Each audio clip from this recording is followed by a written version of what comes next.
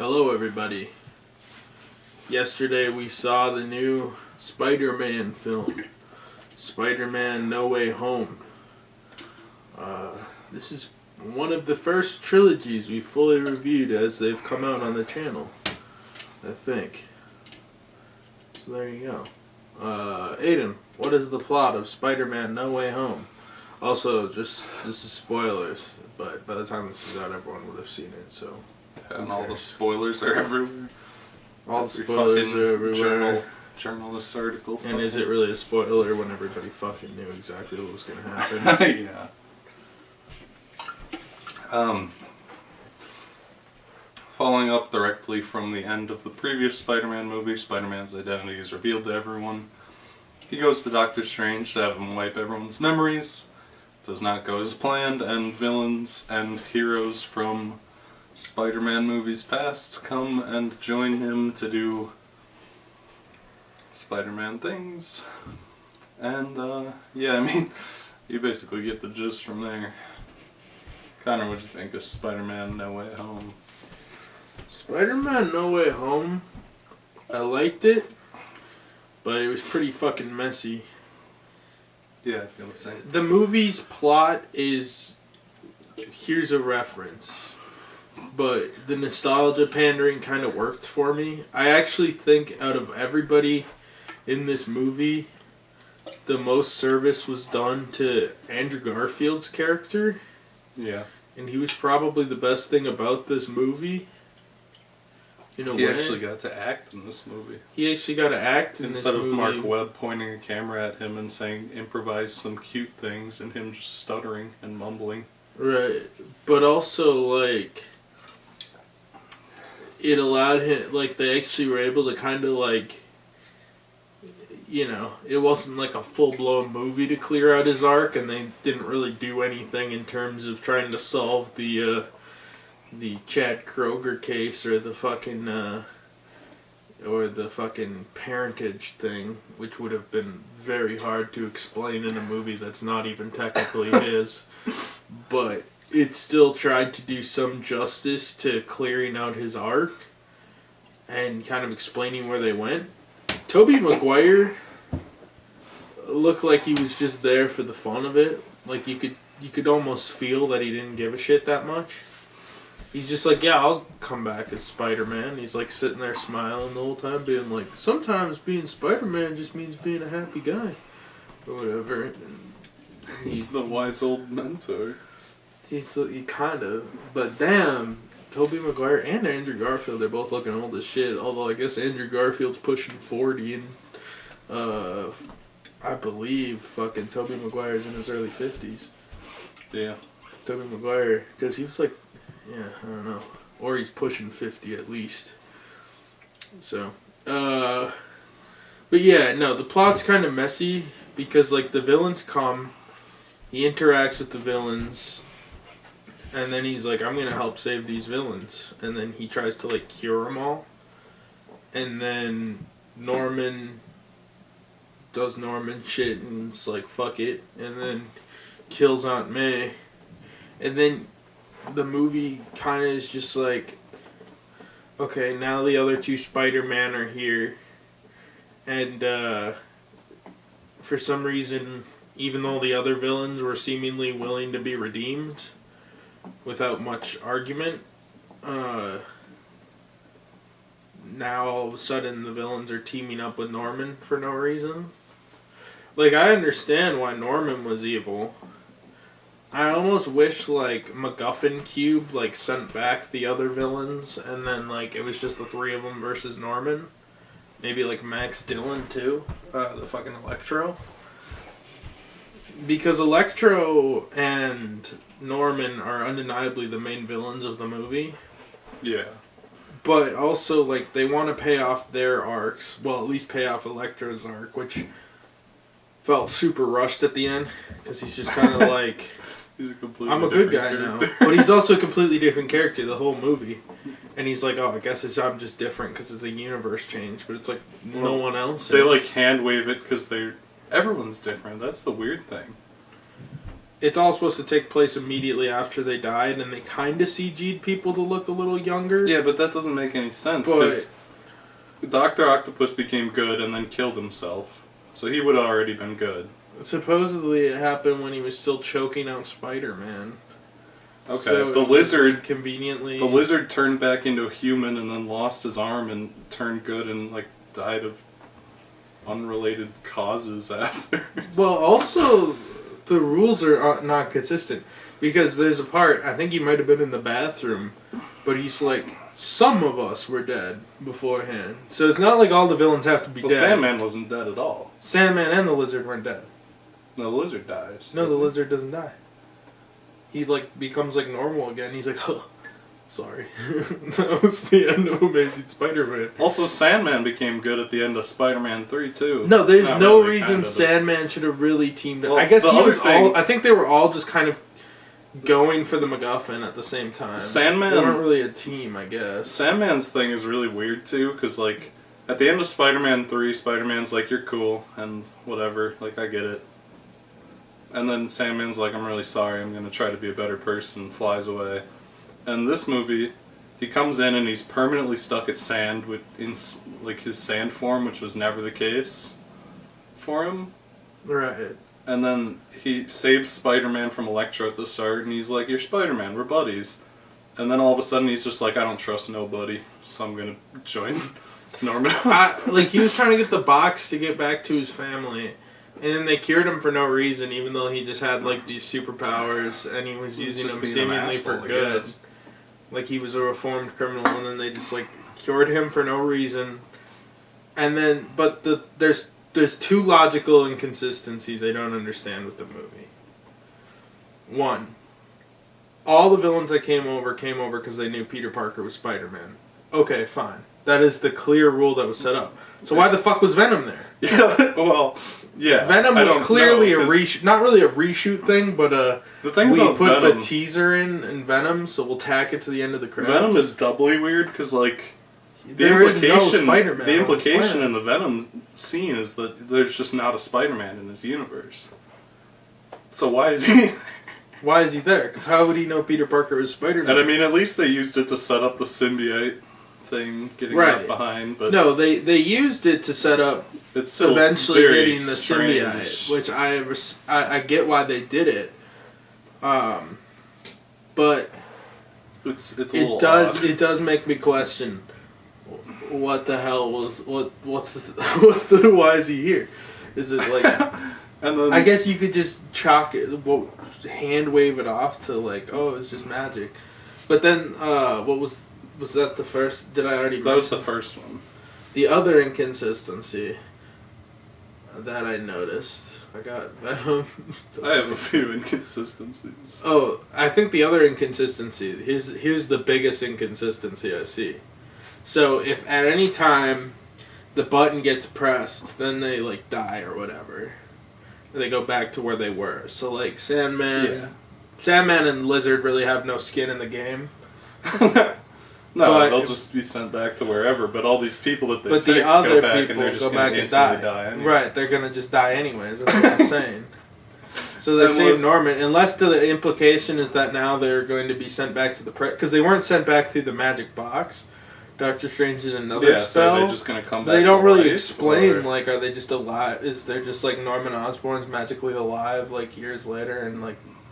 Is he in jail? Is he actually reformed? Or like, did Norman Osborn never become Green Goblin, and now Tobey Maguire's timeline is all fucked up? Like, or is he just gonna come back to life and his son will be dead? Well, yeah. That's the other question is maybe he never became Green Goblin, or maybe he got cured of Green Goblin, gets sent back to where he dies, doesn't die, and then like does Spider-Man 2 and 3 now not happen? The other timelines are just dicked well, Spider-Man 2 would still happen, I think, but Spider-Man 3 definitely would not. Well, Spider-Man 2 wouldn't have happened because the only reason Dr. Octopus got his faulty equipment was because Harry was paying for all the shit. Yeah, I suppose. And he was cut off by Harry, that's why, or by fucking Norman. He complains about, like, I'm pretty sure he complains about that in the movie, so. Yeah.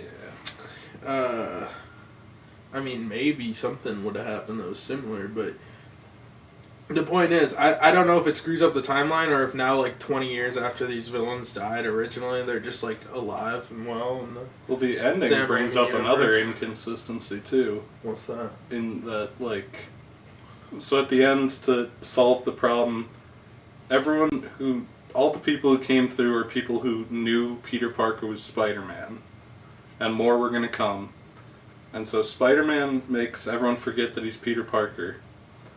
So does that happen in other universes too? So, like, yeah, did he just fuck up, like, Tobey Maguire's life? Like, Tobey Maguire goes back to his universe and Mary Jane's like, who the fuck are you? And their little spider kid is just fucking some weird orphan, like, immaculate conception as far as she's aware. Yeah, presumably. And, like, how are... If Peter Parker never existed, fucking Ned and MJ wouldn't have ever been friends. Right. But they're still hanging out, so like it just retcons everything around Peter.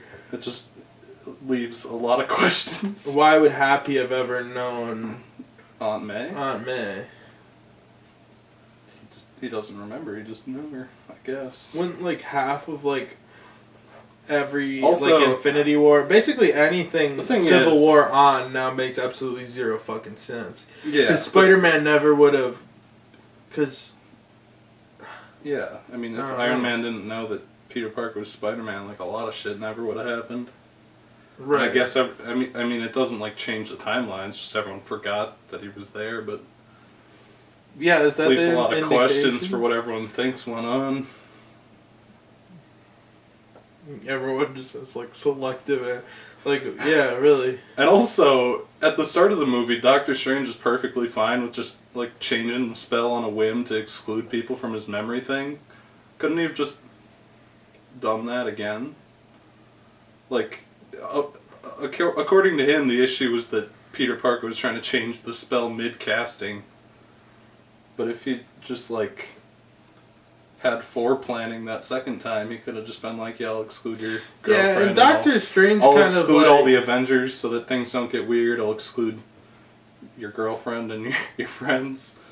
You know? You would think there would be, like, more... Because Doctor Strange also seemingly had done the spell accurately in the past, because he's did it on Wong or whatever. So you would think, like, before Doctor Strange is just going to go in and cast this potentially incredibly dangerous spell, he would, like, figure out the details and the... Also, it's kind of just, like, depressing that now Spider-Man's entire bloodline is dead. Except for him. No one knows him. He has no friends. Kind of just depressing. It's a depressing place to leave it. And then they, like, move... He's like, I'm going to move into a shitty apartment and do my GED test. But my question with that is, how is he going to take his GED test if he doesn't exist? You know? Yeah, he doesn't have an identity. Is he just going to show up and be like... Did everybody forget him, but he just still has the same shit, so he still has his ID, like he's in the computer still in garbage? But then he wouldn't need to do his GED. Yeah. Because he'd already have a high school diploma. Yeah. I don't know. It's very confusing. It really fucks with the whole thing. The whole plot's kind of messy. Yeah, but it serves a story that comes out good. I mean, yeah. I mean, there isn't much of a story other than isn't it cool that the Spider-Mans are all here? Yeah. But yes, it's cool that all the Spider-Mans are here. So, it's messy. I mean, what do you expect? But it's messy. Yeah. And I like where it ended off, where they're, like, promising, like, a more stripped-back Spider-Man for the sequels, because something that kind of bothered me is Homecoming's like, we're going to do these Spider-Mans kind of low-scale. He's going to have, like, a fancy he'll have, like, a fancy suit from Tony Stark, but it's not that fancy. And then Infinity War comes around, they're like, here's your fucking invincible super Iron Man armor. And then, like, by Far From Home, they just didn't even care. And No Way Home really blew it out the water. So, like, stripping him back to, like, a homemade costume and, like, not being part of the Avengers and all that shit might lead to more actual Spider-Man, like, stories. But I still feel like it's, like, John Watts... crossover movie. John Watts set up, like, this major fucking thing to... only to fucking... No, also Daredevil showed up. Oh yeah, Daredevil showed up. So. I was kind of pissed off about that because I still think they should have like just not counted those as canon because like Yeah, because now they're it seems like a waste because now you got 45-year-old Charlie Cox who's gonna have to be Daredevil for like. Well, yeah. Now like the only option for them Daredevil coming for back, a few years? they're either just gonna be like cameo characters in other shit, or at best there might be like a season of the Daredevil revival on Disney Plus. Yeah, a couple. And beyond that, like the chances of a Daredevil movie are just gone. Right, like a legitimate like Daredevil fucking trilogy because you basically You're just kind of locking yourself out of Daredevil with that move, and I guess the other guys, but nobody gives a fuck about Iron Fist or fucking this and that. Jessica Jones. Yeah. I mean, like, yeah, that's the other thing. Is it like they're just gonna keep using Charlie Cox as Daredevil and ignore the other stuff? Because no one liked the fucking guy they got for Iron Fist. Yeah. The Luke Cage show was good. People liked the first season. They got the only thing anybody gives a shit about those Netflix shows for anymore. Like now that hindsight's a thing, is Daredevil. That's the only thing people cared to move over. And the Punisher, the guy who played the Punisher said he could only come back if it'd be a fucking edgelord show like it was on Netflix. So the Punisher, they're just not bringing that back either. Not that I care. Punisher sucks. You can do cool stuff with the Punisher, but like it's really fucking hard. And also, like, how are they gonna do that in the MCU? It's the same thing with like Ghost Rider and garbage. You can't like do that shit right in the MCU. Just because it's, I don't know. Punisher's like extreme edgelord shit. I think fucking they could probably make Ghost Rider kind of work, but. You know, I'm kind of shocked Venom like went back to his universe, and what they didn't just do is say like I'm halfway shocked they didn't like transfer Spider-Man into fucking Venom's universe or something and just call it good. Or just fucking merge the universes and say like, oh, Venom's off doing his own shit and so is whatever. Because it's gonna be way more convenient to have that inevitable Spider-Man versus Venom. And if you're gonna be more stripped back, he makes more sense in Sony's universe now than fucking the MCU. Yeah. Well, you'd think that the fucking... Isn't it fucking weird that, like, Loki has its own multiverse plotline going on that's just disconnected from this other multiverse plotline? Pretty different, yeah. There's simultaneously two different multiverse plotlines going on that don't interact with each other. Well, I think the implication is... Well, like, the idea of the whole, like, Loki show was that there wasn't really the multiverse was being kept under bay, so, like, how was Andrew and Toby's worlds not, like, destroyed by the variance hunters or whatever? Wouldn't that be the whole point, to keep the multiverse? If they didn't have the whole... If they didn't bring back Toby and Andrew, you could say, like, the multiverse was opened. Are the multiverses separate, but they're all there, and then now it branches? It doesn't make sense. And plus, the implication of... I don't know. Like, the multiverse is going to get really fucking messy. I do like that this one actually leads into the next movie, because most of the MCU connectivity in like, the main movies is just, like, at the end, Nick Fury shows up, and he's like, there's going to be another movie. At least recently. And then, in this one, you know... The whole Doctor Strange thing sets up the Doctor Strange movie, which is confirmed because the post-credits scene is just a trailer for Doctor Strange. Just straight up a trailer. And it confirms that they're tied together, so it's a more interesting connectivity than Nick Fury showing up at the end and saying, I'm assembling a team. I do like the idea that even through multiverse shenanigans, crippled Jared Leto is now canon to the MCU. Based on the trailer we saw beforehand, where Sony's just gonna make Jared Leto fake being a cripple. Yeah, also, what the fuck is up with Vulture being in Morbius? How is that gonna work? I don't get it. I don't understand. And what's also, supposed they're to saying take from that. that you can see in the thing that like Spider-Man's a murderer on the wall. So does this like take place?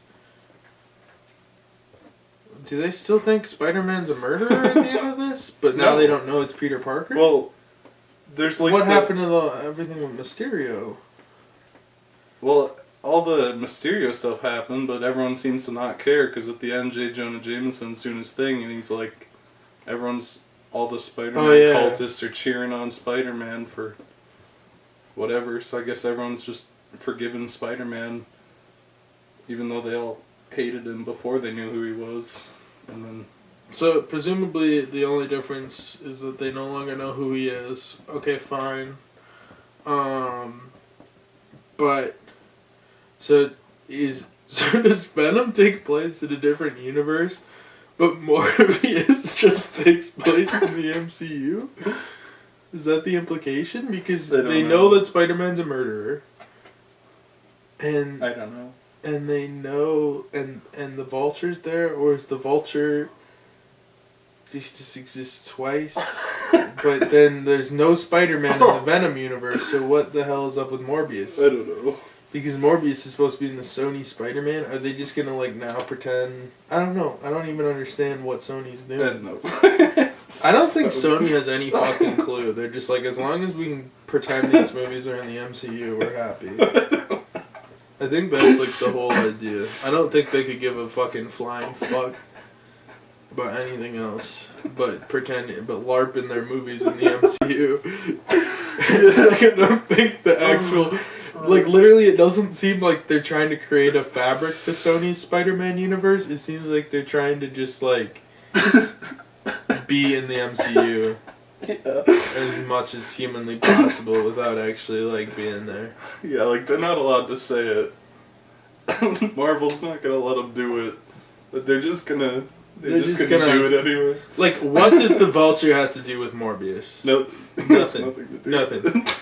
I would be surprised if they've ever even showed up in the same fucking comic book. Like, one of them's a vampire. One of them's like a vampire. Like a Blade side character. He's like a Blade side character. The other's Spider-Man. like a mechanical engineer who lives in New York and robs banks with robot wings. Right, they're both Spider-Man villains, but they have literally nothing to do with each other. So the only reason you paid like a multi-million-dollar to get Michael Keaton in your fucking movie is just to be like, this is indeed in the MCU. And they can't say shit about it not being, because that's what it is. We got fucking Michael Keaton to prove it. That's the only reason. That's the only... stupid. And I guarantee you, it's just gonna be that cameo we saw in the trailer where it's like, oh, hey, Tweety Bird, or whatever the fuck stupid bullshit they get Michael. They should have just left Venom in the MCU. He doesn't interact with anyone else. He doesn't interact with anyone either. His they wife set it up married. so that Spider-Man can't fucking be in the MCU.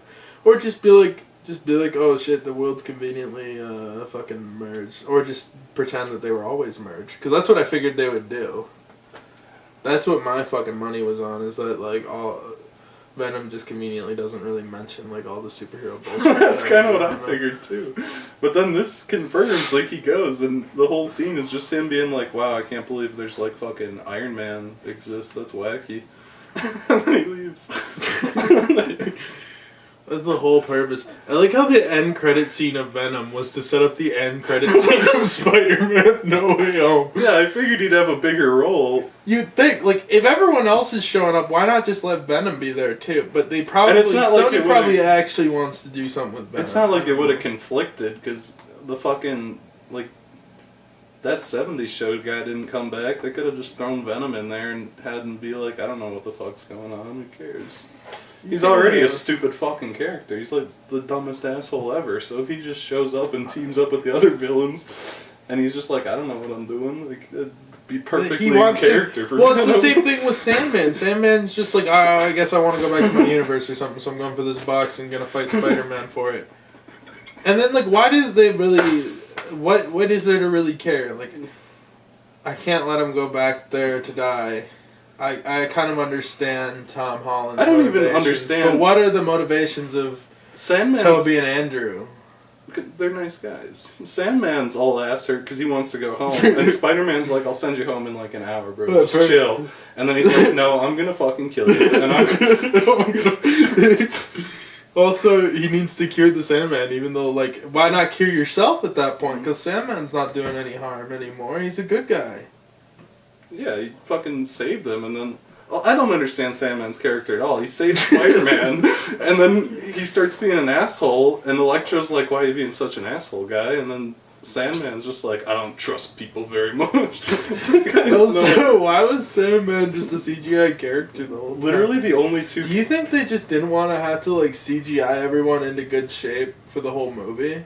Because you look at Alfred Molina, he still looks like a fucking sausage in a fucking... he looks like a fucking pound of chuck beef in a fucking... He looks so bad. He looks like a pound of chuck beef in the fucking supermarket. The only two characters that are still. consistent are Green Goblin and Dr. Octopus. Lizard Man wasn't even the Lizard anymore. Lizard and Sandman were CGI. Like, I feel like I'm they not were just even like, talking we'll about appearance. I'm talking about character. Green Goblin and Dr. Octopus are pretty much the same. Electro is literally just a different character. But he's Sandman is an asshole for no reason. They even have to continually bring up. Although I did like that they made fun of his stupid fucking origin in the movie. Yeah, it's funny. I don't even know what the Lizard is doing, because the Lizard shows up. Yeah, what is the Lizard's motivations? The Lizard doesn't do anything in this movie. He sits in the cage and he's like, "I want to turn people into lizards," even though that wasn't the case. He didn't die, he just got turned back into a dude, so he should just be a dude. And then he's like in the back of the truck, and he's looking at the cops, and he's like, "Now a bunch of people are gonna die, haha." And then at the end, he's just punching Spider-Man. I have no idea what the Lizard is even doing. I like how Venom and James Franco didn't show up, because Venom they wanted to save for Tom Hardy's version. I get that, and everyone hates that version of James Venom. Franco. James Franco like got a canceled 17-year-old or something. Yeah. Fucking And then minor. that 70s show didn't show up because they didn't want to do that. I just feel like they wanted to they didn't want fucking to reveal Venom off to fucking...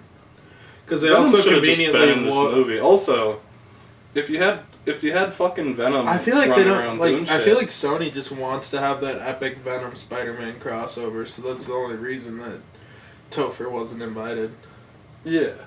Because they're gonna do the Tom Hardy, Tom Holland crossover somehow. At some eventually. point, yeah, but why didn't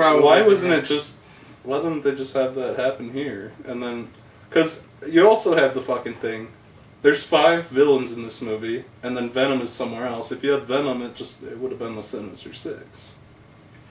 Yeah, you could have basically. Well, you could have just done an ass pull too, and Or like you said thrown like the Rhino in, but there's nothing to Yeah. fix with the Rhino. He's just an asshole. yeah, I guess. I don't know. What else You could have had the pulled? fucking. You could have had fucking. had James Dane- Franco's canceled, but yeah, I was gonna say You could have Dane had Dane DeHaan. DeHaan show up, but Dane then. DeHaan. They should have had Dane DeHaan But then and you would Green have had Goblin 2 Green and James Goblins, and that Franco. would have been weird. And James Franco had like 5 Green Goblins. Motherfucking. I mean, they gotta have. I don't know, it's weird. The whole thing's kind of a mess. No, it is kind of a mess. But Also, I thought what the fuck performances were pretty good, except I just like the idea that I don't think Tobey Maguire knows how to act anymore. No, absolutely not. I think he forgot how to act, because No, he he comes doesn't in even there try. just like smirking like I'm an old guy and I'm dressed up like Spider-Man now. Yeah, it's pretty And much that's pretty much all you needed him to do. Like, I think they might have. I wonder if there was more stuff with Toby, and they're like, we cannot rely on this guy because he has not acted since fucking Seabiscuit or some shit. So we. I don't know. Because he just like grins like a fucking ass. Did he get brain damage or something? Did he get Malcolm in the Middle? The whole thing, like all the time, he just like walks around with his thumbs in his pocket, grinning. He's just the happiest guy ever to be back on set, and he's just like wandering around, and everyone else is like crying, and Aunt May's fucking bloody corpse is laying on the ground, and he's just like grinning and standing there like a fucking goober. Literally. Tobey Maguire. Fuck is Aunt May? Such a weird. Like, I literally don't think. I wonder if Tobey Maguire got in a secret accident or something, because he seriously seemed brain damaged. What the fuck is Aunt May's problem in this movie? Literally, what the fuck is wrong with What her? was her idea, you mean? What the fuck is her problem? Spider-Man's like, I'm gonna send all these guys back to where they belong, and she's like, you're such a fucking asshole, Peter. You have to fucking be these people's therapists and fix their fucking goblin aids. Like, no, it's not my fucking problem. Even though he, like, murked Mysterio, you'd think, like, maybe, like, Peter could have come to the idea independently. You know what I'm saying? Out of guilt over Mysterio. Like, yeah, actually, but then like, he just, like, work gets something guilted into it by Aunt May, and he gets literally fucks up everything, kills, like, 1,000 people, because Aunt May is just, like, I don't know. William Dafoe talked her into it. It's that simple. Yeah. I mean, I do think the movie's a mess, but tonally speaking, it's probably the closest to the Sam Raimi movies out of all of them that weren't made by Sam Raimi. Yeah. Because it's just a depressing... It's like half depressing mess. and half completely stupid. Yeah. But in a fun way. And I wonder how much Sam Raimi actually, like, helped with this movie, considering, like, it was set up for his movie. Yeah, I don't know. I'm not saying, like, Sam Raimi secretly directed while John Watts did nothing, but I'm assuming they had some sort of... Because I heard they called in Mark Webb and fucking... I don't know what Mark Webb did. I guess they were, like, filling the story after, apparently, but, like, the story was pretty much where they were left. I think it was kind of a missed opportunity when they talked about the other villains they fought. Like, I think it would have been cool to just, like... They could have just named off some random villains and made it seem like they actually did something since... Like, Toby apparently hasn't done a thing since 2007. I mean, I kind of believe that, but... I mean, I guess everybody close to him but Mary Jane died, so unless she turns into a supervillain, like... You know, like the whole plot of Spider-Man, of this Sam Raimi trilogy, is that everybody close to Peter coincidentally becomes a supervillain. You think they could have done something where, like, fucking, I don't know, like Tobey Maguire mentioned going up against a illusion wizard, and then he's like, you know, they're like, oh, I fought Mysterio that. too. I fought a guy like that. And I fought the Vulture. I fought stuff. Because I liked the interaction between the Spider-Mans, and I liked the interaction between Spider-Man and the villains. All that stuff was fun. That was fun. Yeah, and I mean, I like where it leaves Spider-Man 2 to be more stripped back. Do I think they'll actually follow through with that? I'd be surprised. Like, you can't make Spider-Man 4 now, or Amazing, or fucking whatever. I don't even know what to call this trilogy. I mean, the Homecoming Tom Holland Spider-Man 4, without... Like, how do you not escalate it from there? Like... I don't know, I mean, Spider-Man 4 is probably going to be the Venom thing. Yeah. And then Spider-Man 5, he'll be like, you know, he's basically like a homeless loser now. So he'll probably meet like Miles Morales and then they'll croak him out in Spider-Man 6. Yeah, that's kind of what I'm thinking they'll do. I mean... Maybe they won't croak him out there. He killed his entire bloodline and erased him from history, so maybe they'll be a little nicer to him, but... Well, it depends. Tom Holland's pretty young, so they could just have him come in, obligatory cameos, leave him on the sidelines. Do it, just fucking handicap him or something. Make him a cripple. Yeah. Make him have a baby, become a cripple. Can marry Gwen Stacy or something. Whatever. Fucking weird shit, I don't know. Whatever bullshit they can do the clone saga. That's the end of the trilogy, the Clone Saga. Peter Parker, Ben Riley. That's how you up the ante on it. You have 2 Tom Hollands. Like 8 Tom Hollands? Like 8 Tom Hollands, dude. You got Ben Riley, you got Kane. You got all the evil Spider-Man's clones. And Spider-Man's like... going crazy. Just some wacky shit. I did like the costume at the end, because I was like, hey, they actually put him in like a normal Spider-Man costume. Looked kind of cool. Yeah. So overall, I thought the movie was... It was definitely a nostalgia grab, and it was a huge mess, but... You know, it was fun for what it was. It was fun seeing the old villains back. It was fun to see the heroes, and as kind of a slightly unearned culmination of all the Spider-Man movies. It was kind of fun. And I thought, like, it gave, like, some sort of a definitive ending for Andrew, who needed it.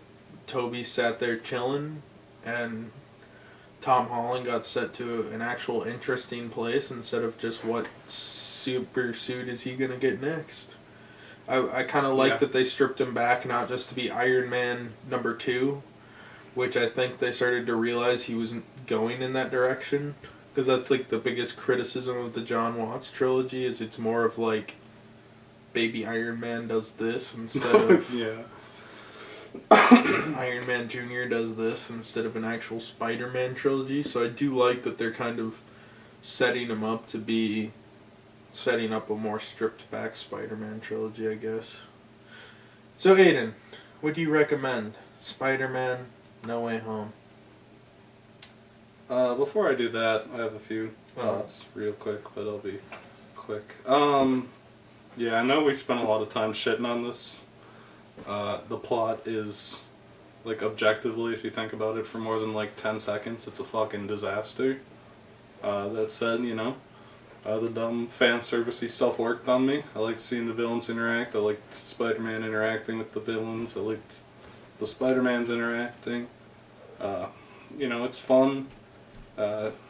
You know, looking at it from a lot of angles, it's a fucking disaster, but I think it kind of comes together to serve, like, the idea of this Spider-Man trying to help people and this and that. And, you know, Andrew Garfield actually gets to act. He's definitely the most improved. He went from, like, a fucking boring, nothing, stuttering Spider-Man to actually, like, acting and having emotion and doing things.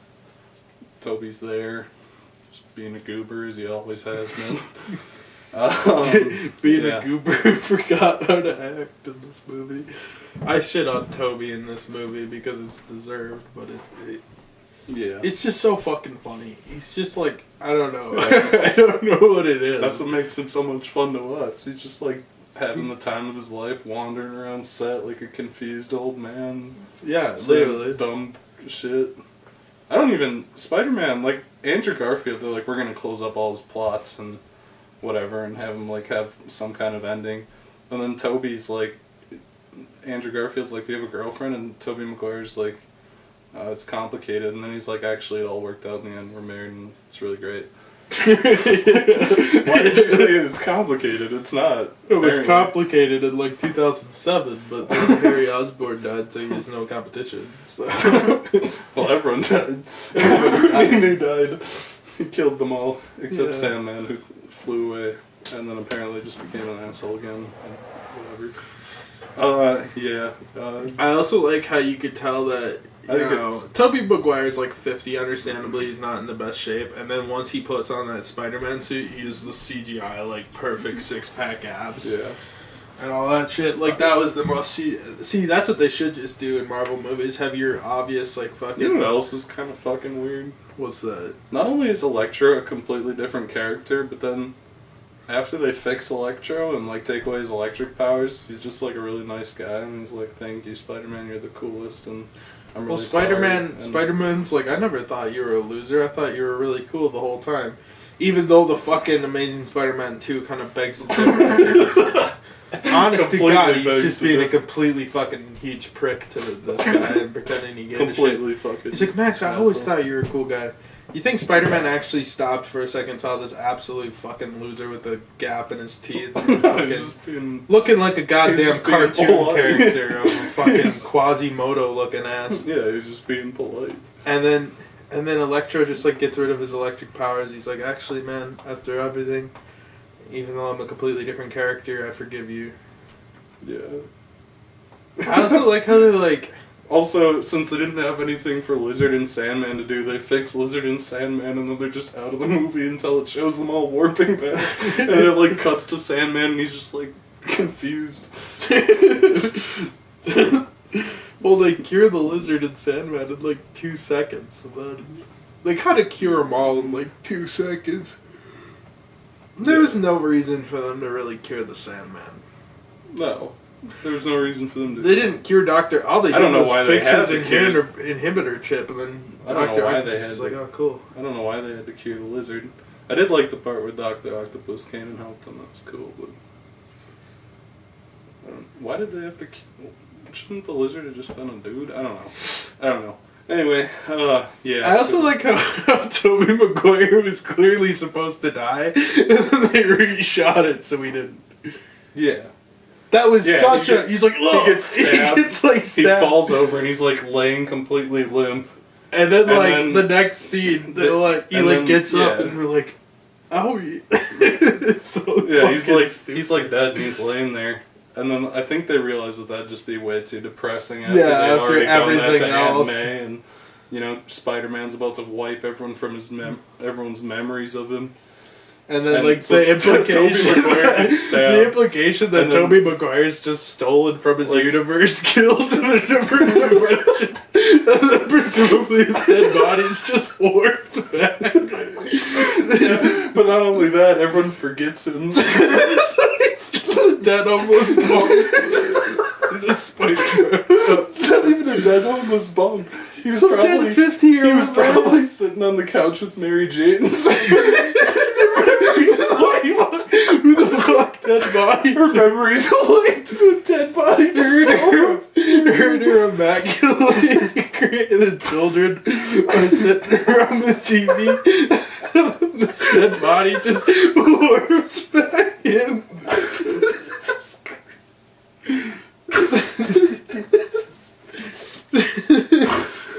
Yeah. During the entire you could tell they killed off. It was very print where they killed off Tobey Maguire. Really depressing. That's their joking after credit scene too. They always have to have a funny one. That was the original credit scene. They're like, we have to replace this with a trailer. This is so morbid. During the fucking... Oh, God. I love how during the whole Green Goblin fight scene, there's a little fight scene after Toby gets stabbed, and Toby's corpse is laying there, and then immediately after, Andrew Garfield comes up, and he's like, how you feeling, buddy? And he's like, I've been stabbed before, it's fine. I'm perfectly fine, don't worry about it. It's like, okay. Bro, that was the laziest rewrite of it ever. Because, you could 100% tell, the original thing was he died. Test I don't even think they audiences just thought it was too depressing. They're probably I don't even think they reshot Willem Dafoe's thing, because Willem Dafoe looks at Spider-Man's corpse and he's like, what have I done? And then Toby stands up, he's like, don't worry about it, I'm fine. You could tell there was some tomfoolery going on in that scene. Yeah, things were not as they originally appeared. But, Anyway. Yeah, it's a mess, but it's a fun mess. It's, it's Spider-Verse, again. But with Spider-Man, I guess the benefit it has over Spider-Verse is that these are characters that have had, 3 movies each, two for Andrew Garfield. 2 for Andy. To get to know, and you get to see them united and interact with each other. Spider-Verse is really good, but they're all new characters and they have their own dynamics going on and stuff. But it's fun. It's pretty janky. Kind of feels like a Sam Raimi movie in that way. Right. There's a lot of. It's probably the jankiest of the Spider-Man films. It might be one of the jankiest MCU movies as far as if you give it any thought, it makes absolutely no sense. It is. It's the clunkiest Marvel, and it's probably the clunkiest of the Spider-Man and MCU movies, but it was still a pretty good time. Yes, I'd recommend it. Would you? Yeah, I recommend it. I imagine, on rewatch, my feelings for it are only going to get less positive. That's just naturally, because it's it hits you with the nostalgia, and then once you kind of get what happens and you watch it 2 or 3 times, it's just gonna be this movie just makes no fucking sense, and yeah, it's kind of clumsily put together, honestly. I like how they handwave Electro becoming a new person, because the arc reactor, he sucks up the energy, and he's like, this energy tastes different because it's from an arc reactor, and it made me a completely different person. Right. No, I thought it was just because the alternate world, the implication was the electricity was different. Yeah, because it's being because made that by was the arc before reactors. the arc reactor. No, because all the world is powered by arc reactors now. Oh. Yes. Probably. Wouldn't shock me. I mean, I guess he made a fucking infinite energy machine. Might as well fucking use it. Right. Yeah, I mean, it was quite the movie. It's quite the movie.